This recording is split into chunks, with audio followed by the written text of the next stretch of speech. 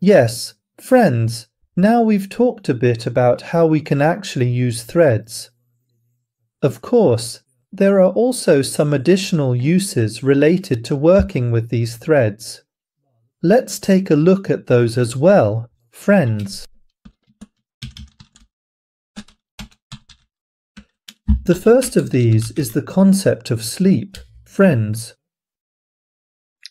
What is this sleep concept? Sleep is something you can use if you want to pause your code at a certain point while it's running. In other words, if you want to make it stop for a bit, you can use sleep, friends. Let's try this out. For example, let me define a variable here. Let's say private static long counter equals 0. Now I'm going to put a simple while loop here, friends. Let's say counter is less than, I don't know, let's say 5. Let's keep it simple, so it's very clear. Let me do something like system.out.println. The loop isn't finished yet, and have it print that. Meanwhile, let me increment the counter here with counter++. And when the process is done, let's see that the system has finished. What are we going to say here? Let's write it as counter plus counter. What happened when I ran this? Let's check right away. The loop isn't finished yet. It printed that 5 times. It said counter 5 and finished. Look, this happened instantly, just like that. Now, I'm going to add something called sleep here. Guys, Thread.sleep, and I'm going to tell it to wait for us for 1000 milliseconds. Now, I'll add an interrupt exception here and run this again. Please, let's look at our output now. Look, do you see what happened? In fact, let me add a thread.sleep here. Let it wait for 3 seconds, then I'll run it and let it continue. Now look, the application went to 2, 3, 4, 5, and then finished. See what happened? What did I do to the flow of the code for a certain amount of time? I made it wait. Guys, HMMMMMMM. So, what if I do something like this for you now?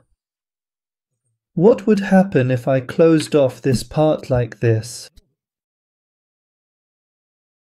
The loop would never end. Guys, why? Because the counter isn't increasing. Since the counter always stays at 0, the loop will keep saying it hasn't finished yet and will run forever. Let's stop it.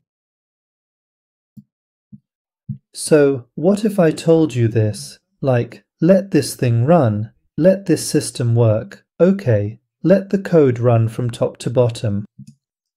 But let me add a thread in between. New thread. You remember this thread, right? Now, if I start it here with an arrow function and do something like this, what if I increase the counter here? What do you mean? Now, look.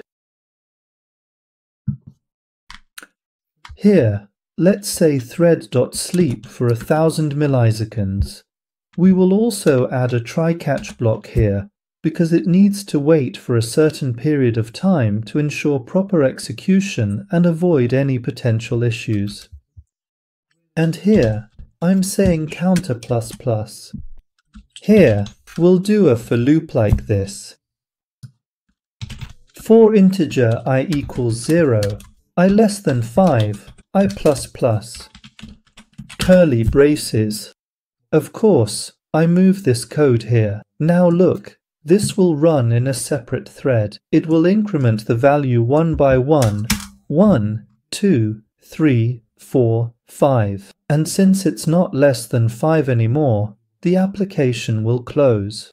But pay attention here. Look, Let's also pay attention to how many rounds it will do. It's not finished yet, and now it's done. Look, it wrote it twice and finished. Why?